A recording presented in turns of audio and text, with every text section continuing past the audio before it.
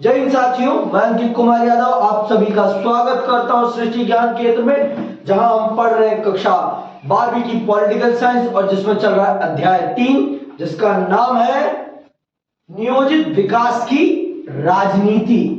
जिसमें आपने समझ लिया है कि विकास में राजनीति कितनी बड़ी भूमिका निभाती है।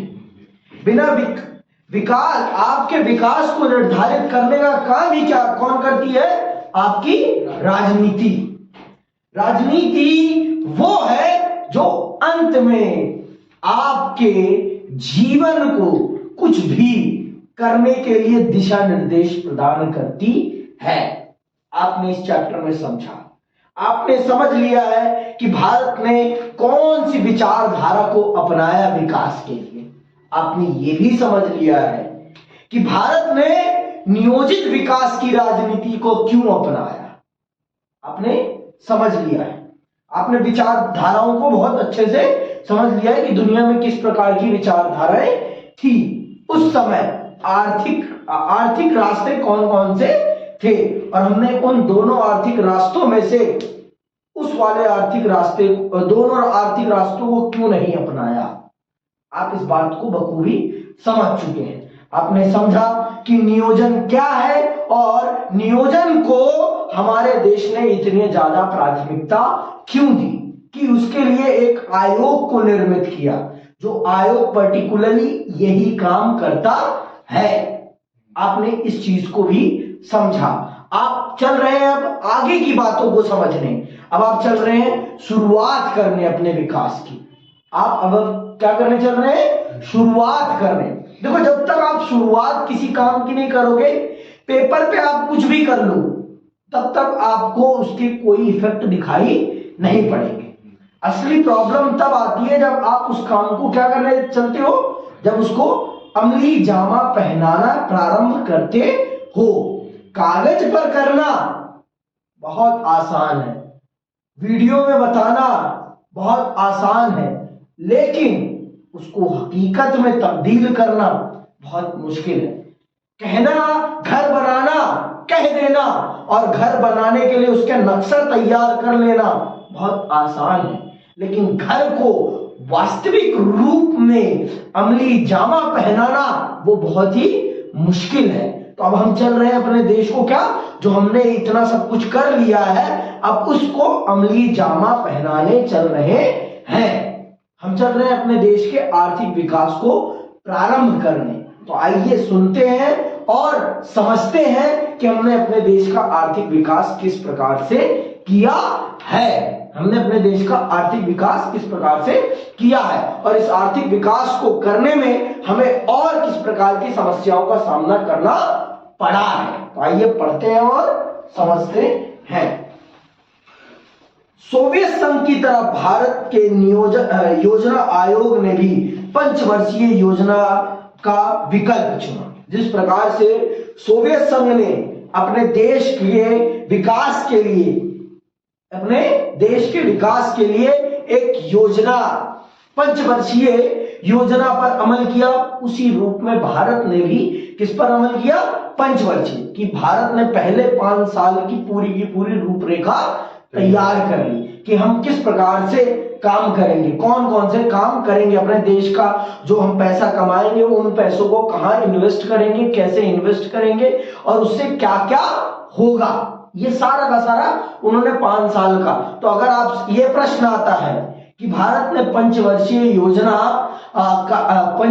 योजना का रूप कहां से लिया, तो कहां से लिया है? सोवियत संघ, सोवियत पैटर्न से हमने ये लिया है। ठीक है, तो पंचवर्षीय योजना क्या है? जिसमें हम 5 साल के विकास की पूरी रूपरेखा तैयार कर लेते हैं, फिर उसके बाद देश को उस रास्ते पर लेकर चलते हैं। उसे कहते हैं पंचवर्षीय योजना। हमारे पास 5 साल में हम क्या क्या करने वाले हैं, इस चीज का पूरा लेखा जोखा होता है। उसे कहते हैं पंचवर्षीय योजना कि हम हर साल में क्या क्या काम करेंगे और देश का कैसे कैसे विकास करेंगे, इसकी रूपरेखा हम पहले ही तैयार कर लेते हैं। इसी को कहते हैं, क्या कहते हैं? इसी को कहते हैं पंचवर्षीय योजना। समझ में आई बात?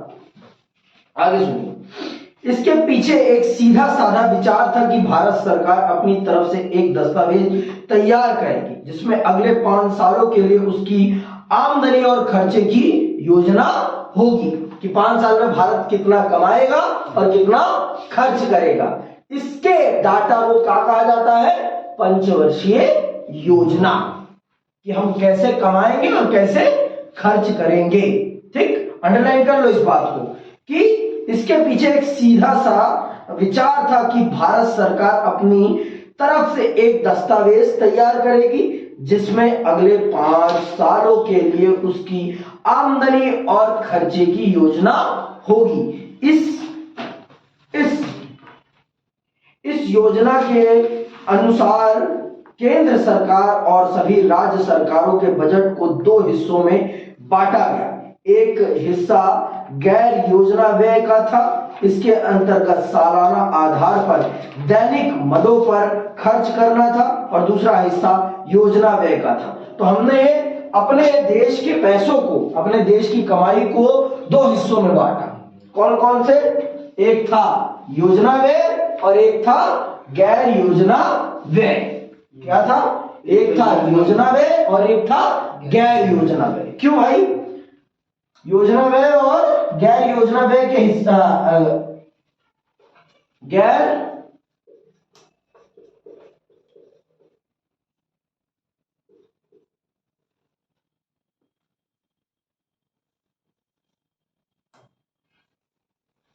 योजना व्यय, और हमने किसमें बांटा? और एक योजना व्यय।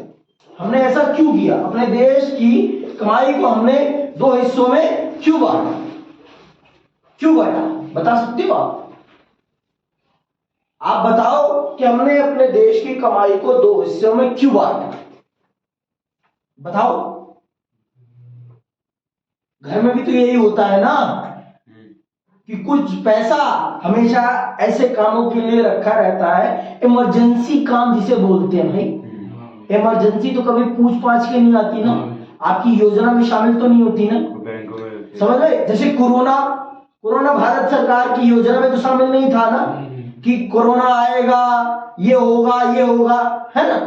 तो कोरोना क्या है? गैर योजना व्यय है। ये ऐसी चीजें हैं जिनके लिए हमें तत्काल पैसे डालने पड़ते हैं, जो हमारी योजना के अनुसार चीजें नहीं होती। तो इसी चीज को ध्यान में रखते हुए सरकार ने 2 रूपों में पैसे को बांटा, देश की कमाई को 2 रूपों में बांटा। एक था आपका योजना व्यय और एक था गैर योजना व्यय। जैसे बीमारियां आ गई देश में तो खर्चा तो करना पड़ेगा ना भाई, इसके लिए कहीं अलग से पैसा तो लाया नहीं जाएगा ना, उसी कमाई में जो हमने कमा रखा है उसी में से खर्च करना पड़ेगा ना भाई।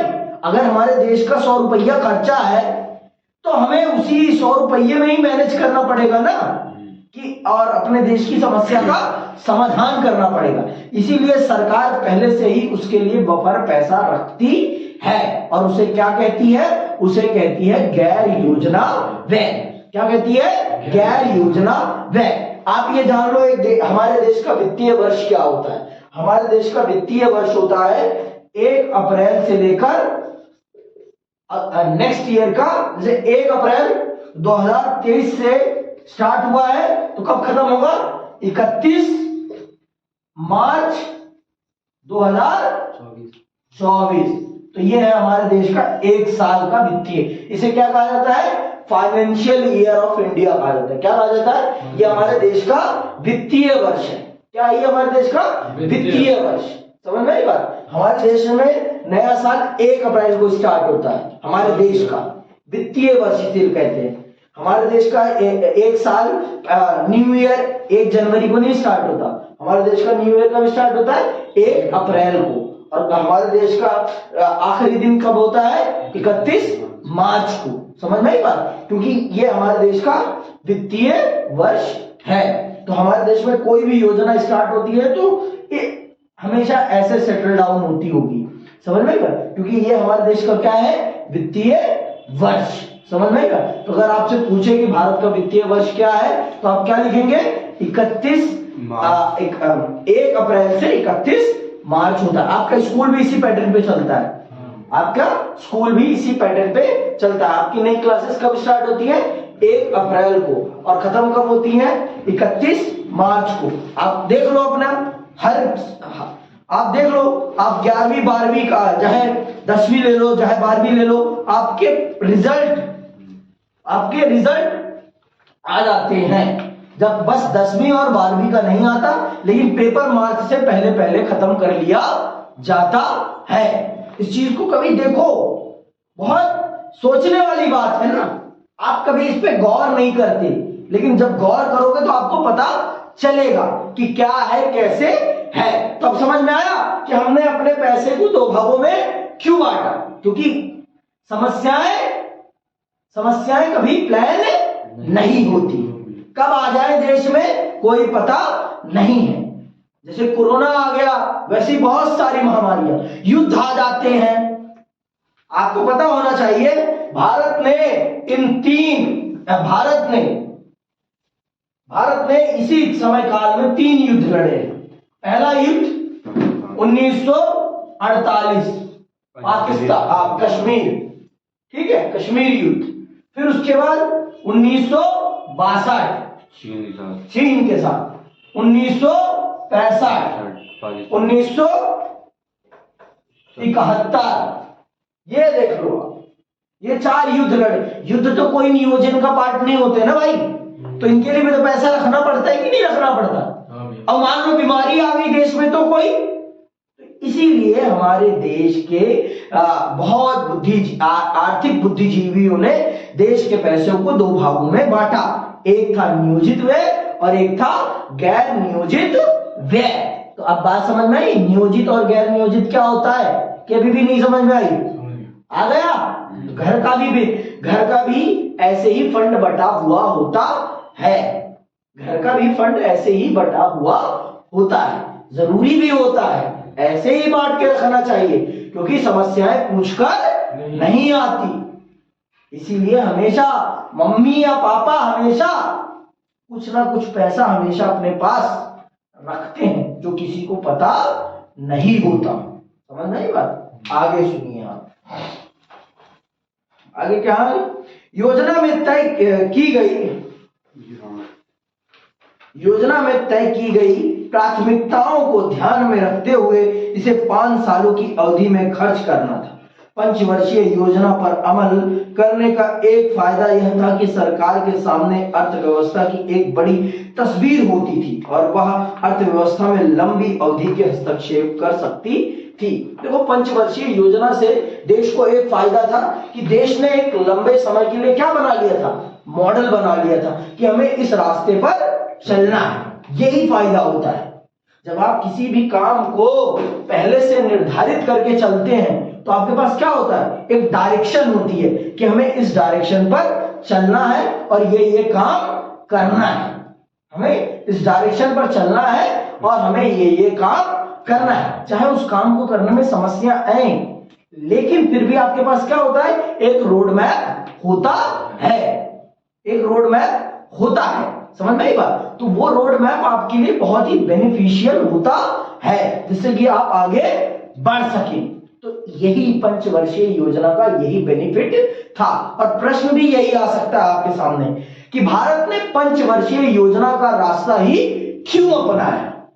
भारत ने पंचवर्षीय योजना का रास्ता क्यों अपनाया? तो आप सीधे शब्दों में बताएं कि पंचवर्षीय योजना का रास्ता अपनाने का भारत का सिर्फ एक ही लक्ष्य था, अपने देश के संसाधनों का सही रूप में प्रयोग करना। क्योंकि भारत के पास इतना समय नहीं था कि वो प्रयोग कर सके, वो गलतियां करने की स्थिति में नहीं था। वो गलतियां करने की स्थिति में नहीं था कि गलती करूंगा सीख लूंगा, गलती करूंगा सीख लूंगा। क्यों? क्योंकि उसके दोनों तरफ उसके दुश्मन थे और उसे जल्दी से जल्दी अपने विकास को स्टैब्लिश करना था और विश्व राजनीति में अपनी छाप बनानी थी। समझ में आई बात? आपके पास उतना टाइम नहीं था, इसीलिए भारत ने नियोजित विकास के रास्ते पर चलते हुए देश का काम प्रारंभ किया। ठीक, आगे सुनिए। अब देख लो, 1951 हमारे देश की 1951 से हमारा देश आर्थिक विकास प्रारंभ करता है। तो अगर आपसे पूछे भारत की पहली पंचवर्षीय योजना कब प्रारंभ हुई, तो कब? 1951, 1951 में। 1951 वो वर्ष है जब हमारे देश की पहली पंचवर्षीय योजना प्रारंभ हुई थी। कब प्रारंभ हुई होगी, डेट भी बताओ भाई। 1951 में कब प्रारंभ हुई होगी, डेट बताओ मुझे। 31 मार्च। 31 मार्च, नवंबर में प्रारंभ होगी। नवंबर में लिखा है इसी साल नवंबर। अच्छा बोले, ठीक है। अब बताओ मुझे 1951 में कब? 1 अप्रैल से। 1 अप्रैल, अभी बताया ना, 1 अप्रैल 1951 से हमारे देश का हमने पहली अपनी पंचवर्षीय योजना प्रारंभ की। हमने पहले अपनी पंचवर्षीय योजना प्रारंभ की। समझ में आई बात कि नहीं आई अभी भी? चलो सुनो अब आगे। 1951 में प्रथम पंचवर्षीय योजना का प्रारूप जारी हुआ और इसे साल नवंबर में इस योजना का वास्तविक दस्तावेज भी जारी किया गया। इससे देश में गहमा गहमी का माहौल पैदा हुआ। जीवन के हर क्षेत्र के लोग, मसलन बुद्धिजीवी, पत्रकार, सरकारी और गैर सरकारी क्षेत्र के कर्मचारी, उद्योगपति, किसान और राजनेता आदि ने योजना के दस्तावेजों पर व्यापक मुहाबहस चलाया। नियोजन को लेकर देश में जो गहमा गहमी पैदा हुई थी वह 1956 से चालू दूसरी पंचवर्षीय योजना के साथ अपने चरम पर पहुंच गई। 1961 की तीसरी पंचवर्षीय योजना के समय तक यह माहौल जारी रहा। चौथी पंचवर्षीय योजना 1966 से चालू होनी थी, लेकिन इस वक्त का नियोजन का नयापन एक हद तक मंद पड़ गया था और भारत गहन आर्थिक संकट की चपेट में आ चुका था। क्यों आ गया था भाई? चौथी पंचवर्षीय योजना के समय में भारत आर्थिक संकट में क्यों आ गया था, मुझे बताओ। अभी मैंने आपको बता दिया, क्योंकि पैसे नहीं थे उसके। क्यों नहीं थे पैसे, ये बताओ मुझे आप। युद्ध में सारे खत्म हो गए। कौन से युद्ध लड़े हैं बताओ, आपने बताया। कौन कौन सा बताओ। 1948 में पाकिस्तान में, 1900 वो हटाओ, वो 1962 में। अभी तो हमने ये हटा दो, ये हटा दो। पहले हमारा वित्तीय वर्ष कब से स्टार्ट होता है? पहली पंचवर्षीय योजना 1951 से लेकर 1956, ठीक है। फिर 1956 से लेकर 1961 और फिर 1966 से लेकर 1966। ये हमारी क्या हो गई? तीसरी, ठीक है। और 1966 से लेकर 1971। तो हम चौथी पंचवर्षीय योजना क्यों लॉन्च नहीं कर पाए? क्योंकि भारत ने इतने सारे युद्ध लड़े। भारत ने इस समय काल में तीसरी पंचवर्षीय योजना में ही भारत ने बहुत सारे युद्ध लड़े।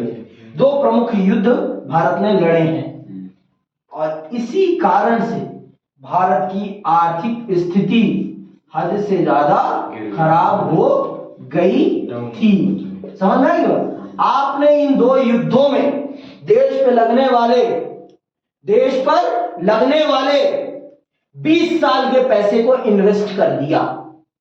आपने इन 2 युद्धों में 20 सालों में जो देश पर पैसा लगना था वो खर्च कर दिया। अब आपको समझ में आई कि युद्ध कितना खतरनाक है।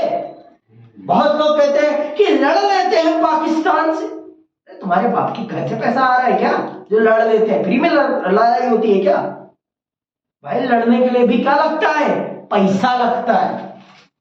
समझ में आई बात? बहुत लोगों की जान जाती है तब युद्ध होता है।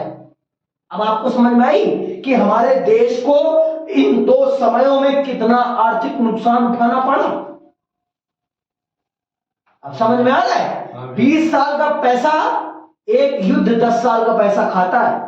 तो हमने उसी समय काल में हमने 3 युद्ध लड़ लिए हैं, तो हम 30 साल पीछे चले गए, 30 साल पीछे चले गए थे। समझ में आई बात? 30 साल एक देश के लिए पीछे जाना कितनी कठिनाई का विषय है।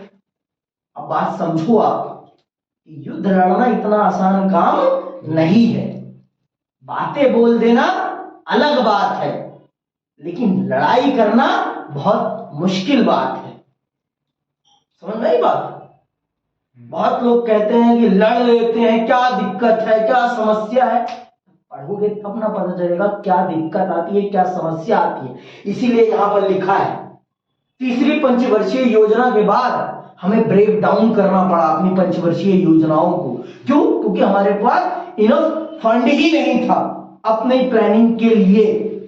भाई प्लानिंग बना लोगे, लेकिन आपके पास जब पैसा ही नहीं है तो आप उस प्लानिंग को बनाकर क्या करोगे? कुछ कर पाओगे? प्लानिंग करने का बेनिफिट ही तब है ना जब आपके पास उस प्लानिंग को अमल करने के लिए क्या हो, जेब में पैसा हो। अब जेब में पैसा ही नहीं है तो प्लानिंग करने का क्या फायदा? कुछ फायदा है? कुछ भी फायदा नहीं। और हाँ, इस समय काल में जितना देश ने कमाया उसको ज्यादा से ज्यादा सेना पर खर्च किया, ज्यादा से ज्यादा सेना पर खर्च किया। भाई आपको जितना आसान लगता है ना वो पीरियड, उतना आसान नहीं है। मोदी जी जिस गद्दी पे आज बैठे हैं ना, ये गद्दी बहुत ही नरम बन गई है, बहुत ही नरम, समस्या रहित गद्दी है ये, समस्या रहित गद्दी। और अगर इस काल में बने होते प्रधानमंत्री ना, तो उन्हें पता चल जाता नेहरू ने कौन से कांटे वाली गद्दी पे अपने क्या शब्द प्रयोग करूं, मैं बोलना नहीं चाहता, ठीक है। तो वो मुश्किल का दौर था। अब आप खुद देखो ना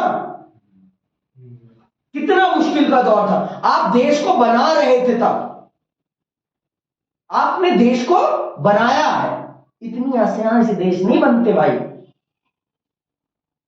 उस व्यक्ति ने देश को बनाया है। और आज व्हाट्सएप यूनिवर्सिटी में उनके खिलाफ किस प्रकार की बातें आती आप सब बहुत अच्छे से वाकिफ है इस चीज को। तो आप समझो इस चीज को कि किस प्रकार से उन्होंने देश को गढ़ा है। समझ में आई बात कि उन्होंने इतनी समस्याओं में भी इस देश को इतना मजबूती प्रदान कर दी कि कोई हमारे देश के आगे खड़ा नहीं हो पाया। आप उनकी विश्व राजनीति को समझो कि उन्होंने पूरा विश्व 2 गुटों में बटा हुआ था, फिर भी उन्होंने अपने देश को एक ऐसी स्थिति में रखा कि वो दोनों गुटों के साथ तालमेल कर सके।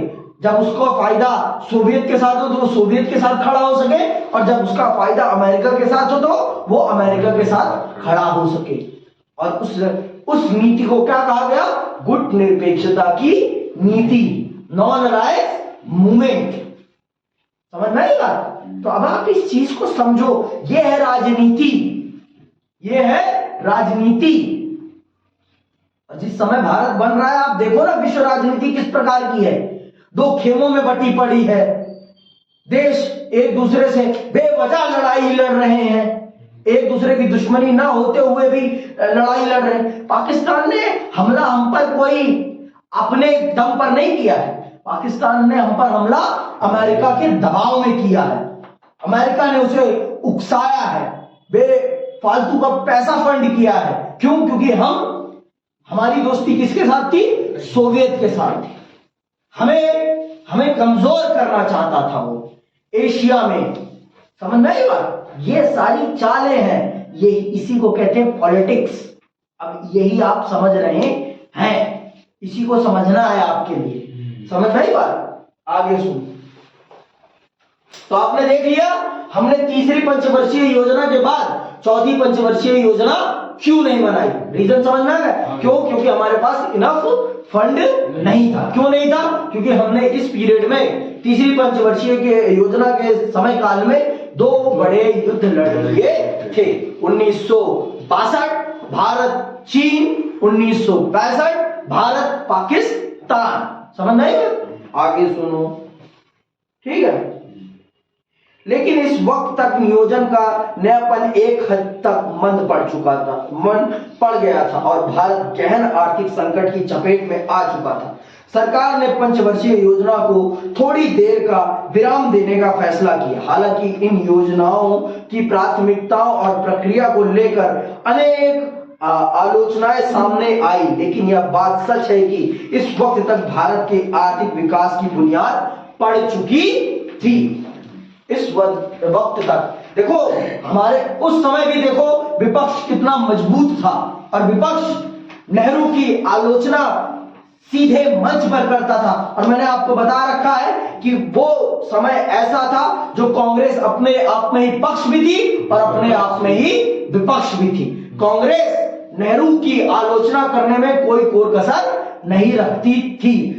खुद ब खुद कांग्रेस उनकी आलोचना करती थी और उनके गलत निर्णयों पर उन्हें सीधे कटघरे में खड़ा करती थी। और आज किस भाजपा के सांसद में दम है कि वो अपने प्रधानमंत्री से सवाल कर सके? है किसी में दम? भाजपा के सांसदों को सिर्फ आपने देखा होगा थप थप थप थप थपाते हुए, कभी प्रश्न करते हुए नहीं देखा होगा। कभी प्रश्न करते हुए नहीं देखा होगा आपने भारत की संसद में। भारत की संसद में क्या वो टेबल थपथपाने गए हैं कि अब जनता की समस्याओं को उठाने गए हैं? क्या देश में समस्याएं खत्म हो गई हैं? जो उनके मुंह से समस्याएं नहीं निकलती, तो इसका मतलब क्या है? आप समझिए कि वो लोग सत्ता के पीछे आंख मूंद कर चल रहे हैं। सत्ता के पीछे आंख मूंद कर चल रहे हैं और अपनी सरकार की गलतियां तक उन्हें बताने में इतनी समस्या होती है। समझ में आई बात? तो आज की राजनीति ना, आज की देश जनता भी अंधी हो गई है और नेता तो अंधे है ही। जनता भी इस चीज को नहीं देखती कि जिन नेताओं को उन्होंने चुना है वो नेता क्या कर रहे हैं। क्या वो पार्टी का पक्ष रखने गए हैं कि अपनी जनता का पक्ष रखने गए हैं? बताओ आप मुझे। पार्टी उन्हें फंड कर रही है, पैसा दे रही है कि देश की जनता का कर उन्हें पैसा दे रहा है? देश की जनता का कर। तो वो देश की जनता की समस्याएं उठा रहे हैं उस पार्लियामेंट में? आप देखो इस चीज को, आप देखा करो संसद भवन में, संसद टीवी पर संसद की डिबेट्स, लाइव डिबेट्स देखा करो और भाजपा के सांसदों का रवैया देखिए आप कि वो अपने माननीय प्रधानमंत्री से एक सवाल तक नहीं करते, किसी भी विषय पर चर्चा तक नहीं करते। आज के टाइम पे चर्चा तो होती ही नहीं है संसद में। समझ में आई बात? आगे सुनिए आप। अब पहले चल रहे थे प्रथम पंचवर्षीय योजना को समझते हैं कि हमने प्रथम पंचवर्षीय योजना में क्या किया और किस पर अपने देश का पैसा इन्वेस्ट किया। हमने अपने देश का पैसा किस चीज पर इन्वेस्ट किया, सबसे पहले इस चीज को हम समझते हैं। देखो सुनो, प्रथम पंचवर्षीय योजना, प्रथम पंचवर्षीय योजना का समय काल क्या है? 1951 से लेकर 1956। बोलो भाई, 1951 से लेकर 1956। ये है हमारी प्रथम पंचवर्षीय योजना। ठीक है, 1956 फर्स्ट 5 ईयर प्लान। और हमने इस समय काल में किस पर सबसे पहला फोकस किया? कृषि पर। हमने कृषि पर सबसे पहला फोकस किया। क्यों भाई?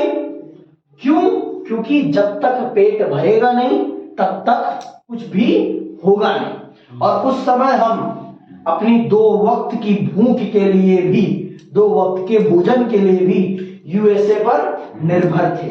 यूएसए पर निर्भर थे और यूएसए हमें वो गेहूं भेजता था जो गेहूं वो अपने सुअरों को खिलाता था। तो इसीलिए, और ये हमारी भूख, हम अपनी भूख के लिए अमेरिका पर क्यों निर्भर हुए? क्योंकि हमारे देश का एक बड़ा उपजाऊ क्षेत्रफल हमसे कट गया था। इसलिए हमें अमेरिका पर निर्भर होना पड़ा।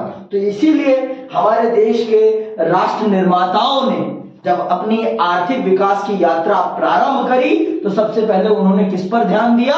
पेट की भूख को मिटाने पर। उन्होंने सबसे पहले कृषि पर ध्यान दिया। कृषि पर ध्यान दिया। क्या होता है कृषि पर ध्यान देने से पहली पंचवर्षीय योजना में? सुनना,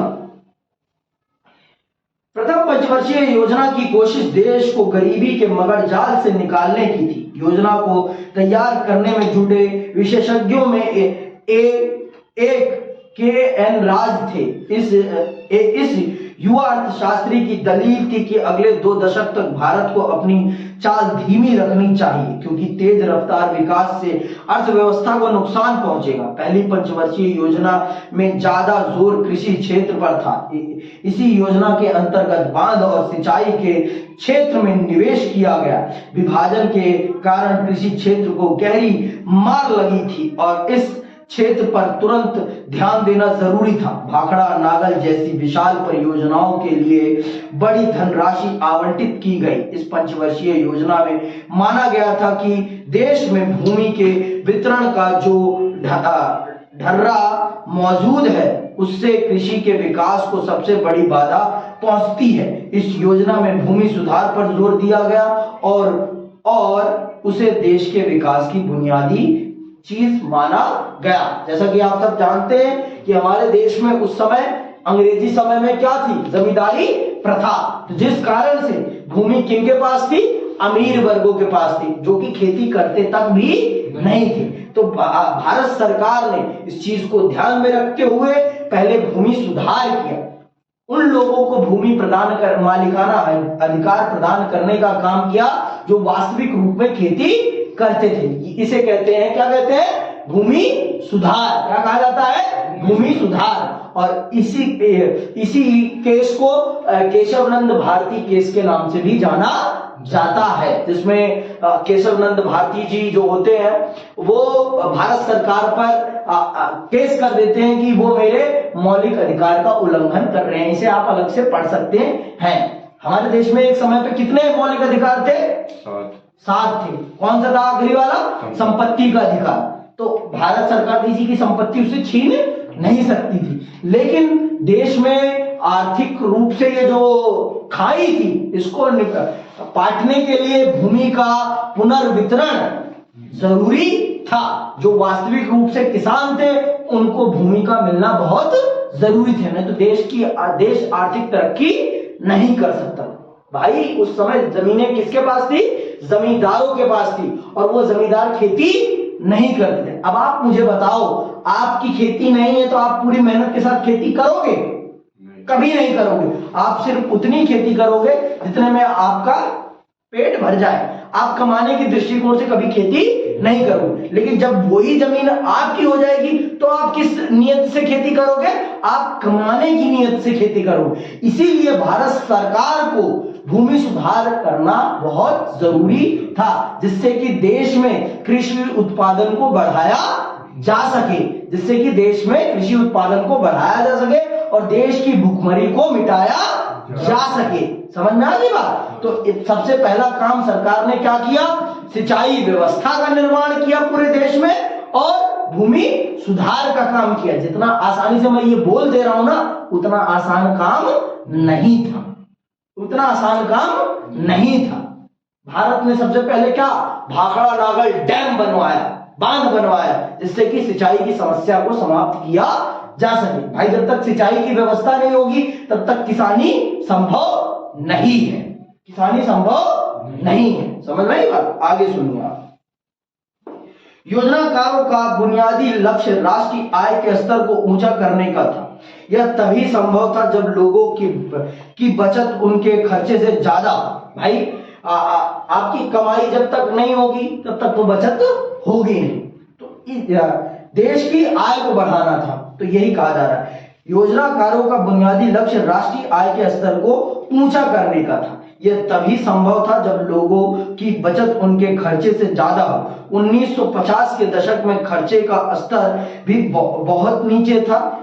इसे अब और कम नहीं किया जा सकता था। योजनाकारों ने बचत को बढ़ावा देने की कोशिश की। यह काम भी कठिन था क्योंकि देश में रोजगार के काबिल जितने लोग थे उनकी तुलना में देश का मौजूदा पूंजी भंडार कम था। बहरहाल नियोजन की प्रक्रिया में लोगों की बचत तीसरी पंचवर्षीय योजना तक बढ़ी, लेकिन यह बचत उम्मीद के अनुरूप नहीं थी। प्रथम पंचवर्षीय योजना की शुरुआत में इससे कहीं ज्यादा बचत की उम्मीद की गई थी। बाद के दिनों में यानी 1960 के दशक से लेकर 1970 के दशक के शुरुआती सालों तक बचत की मात्रा में लगातार कमी आई। देखो हमारे देश में लोगों के पास पैसा नहीं था। मैंने आपको उस दिन भी बताया कि 5% लोगों के पास देश का 90% पैसा था और 5% लोगों के पास देश का 90% पैसा था और 95% लोगों के पास देश का कितना पैसा था सर? 10% पैसा। तो यह अनुपात एक दिन में तो खत्म नहीं होगा ना भाई। और हमने इस चीज को खत्म करने की बहुत कोशिश की, लेकिन इतना आसान नहीं है इन समस्याओं को समाप्त करना। जितना मैं आसानी से पढ़ा रहा हूं ना, इतनी आसानी से समस्याएं कभी खत्म नहीं होती। और आज का आधुनिक समय नहीं था, वो उस समय में हम बात कर रहे हैं जिस समय ना इंटरनेट था ना फोन था ढंग से। समझ में आई बात? ना इंटरनेट था ना फोन था। आज जितनी तेजी से सूचनाओं का आदान प्रदान हो रहा है ना, उतनी तेजी से सूचनाओं का आदान प्रदान उस समय काल में नहीं होता। तो अगर आप नेहरू और मोदी जी की कंपैरिजन कर रहे हैं तो इन सब चीजों को भी ध्यान में रखें कि उनका समय काल क्या था और आज इनका समय काल क्या है। इनको सब कुछ बना बनाया मिला है और उनको कुछ भी नहीं मिला। उनको सब कुछ जीरो से स्टार्ट करना था। तो कौन है महान? अब ये आप तय कर लो। महान कौन है ये आप तय कर लो। कौन से प्रधानमंत्री ने इस देश को बनाया है और कौन से प्रधानमंत्री ने इस देश को बर्बाद किया है, अब ये आप तय कर लो। मुझे बताने की जरूरत नहीं है। समझ में आई बात? मुझे बताने की जरूरत नहीं है कि किसने बनाया इस देश को और किसने बिगाड़ा इस देश को। मैं मानता हूं कि उनकी चीन के प्रति जो नीति थी वो गलत थी, लेकिन भाई दुश्मनी करना कहीं से सही अच्छी चीज नहीं थी। वो दोस्ती का हाथ बढ़ाया था, लेकिन जब दूसरे ने पीठ पे छुरा भोंका तो उसका क्या किया जा सकता है। हम तो दुश्मनी नहीं चाहते ना। हमारे पैदा होते मानी हमारा एक दुश्मन पैदा हो गया था, तो और तो पड़ोसियों को हम अपना दुश्मन नहीं बना सकते थे ना भाई। कितने दुश्मन बनाओगे आप उस समय दुश्मन बनाने की स्थिति में नहीं थे कि थे? इस गरीबी की हालत में आप थे। तो पहली पंचवर्षीय योजना का जो हमने लक्ष्य तय किया था, हम उस लक्ष्य को प्राप्त नहीं कर पाए। ठीक है, पहली पंचवर्षीय योजना में हमने कृषि क्षेत्र में बहुत कोशिश की कि लोगों की आय बढ़ जाए, जिससे कि लोग बचत करने लगे, लेकिन वो संभव नहीं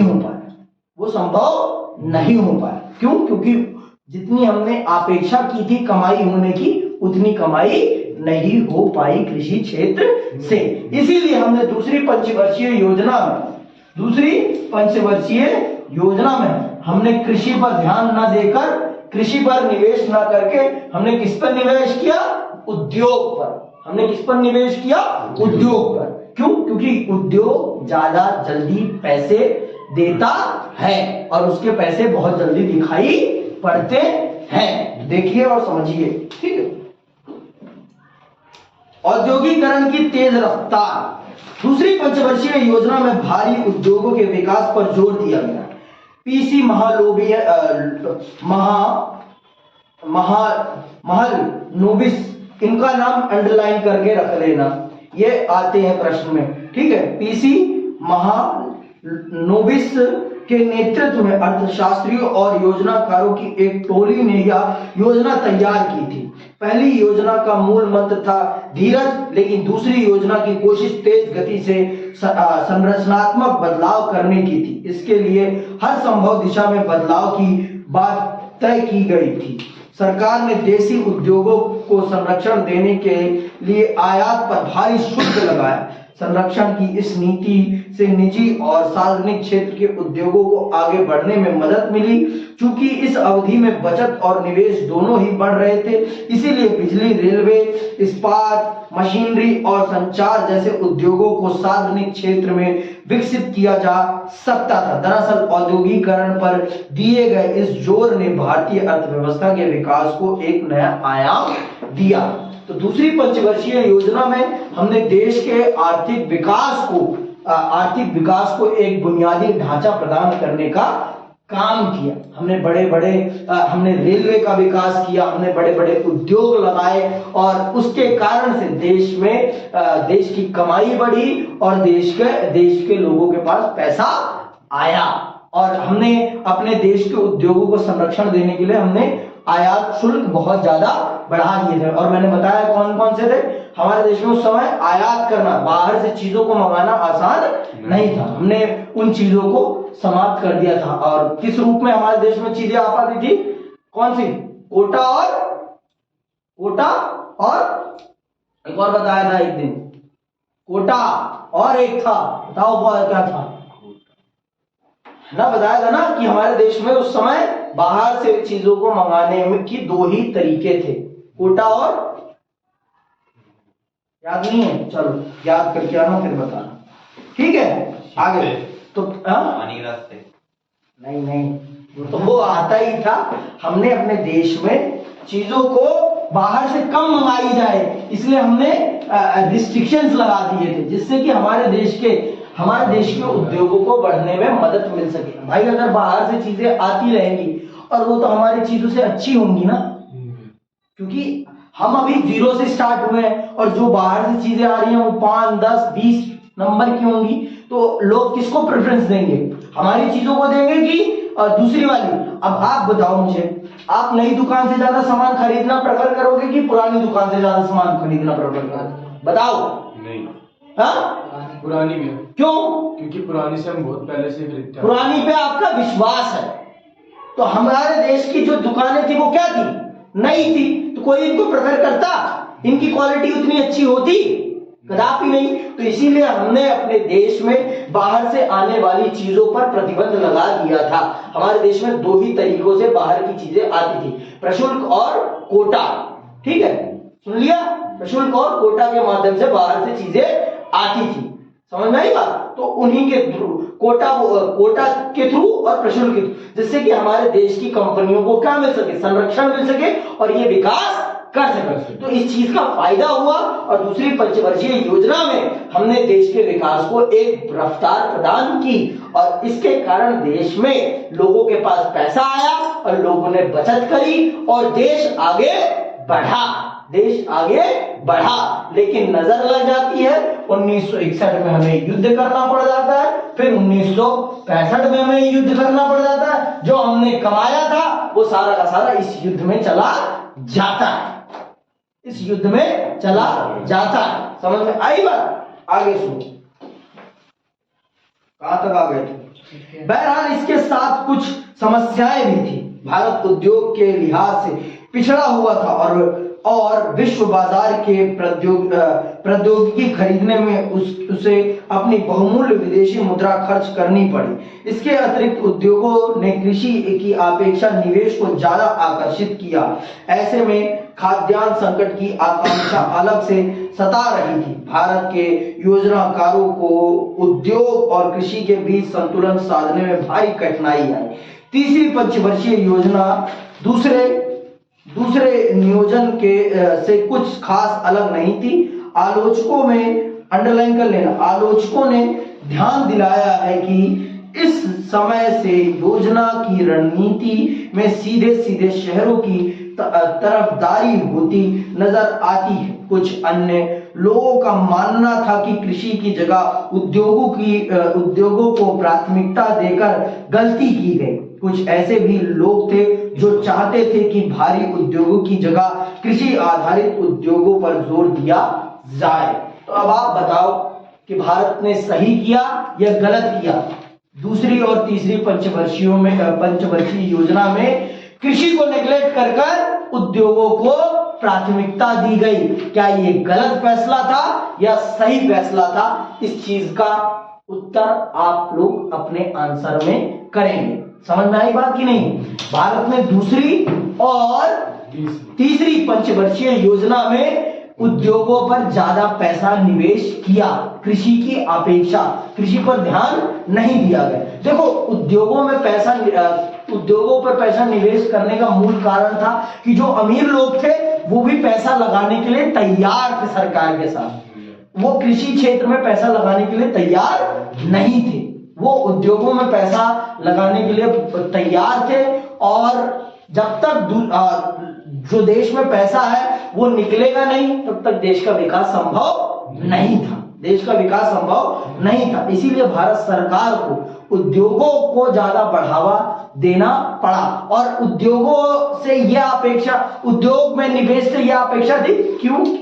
उद्योग का पैसा जल्दी निकलता है, लेकिन कृषि में आपको पता है, कृषि में आपको एक धैर्य रखना पड़ता है और हमारे पास उतना धैर्य रखने का समय नहीं था। बहुत से अर्थशास्त्री, बहुत से राजनेता ये मानते थे कि भारत को अपनी कृषि आधारित उद्योगों पर ज्यादा ध्यान देना चाहिए था, जिससे कि गांव का विकास हो। लेकिन हमारे सामने दोहरी चुनौती थी, एक चुनौती नहीं थी।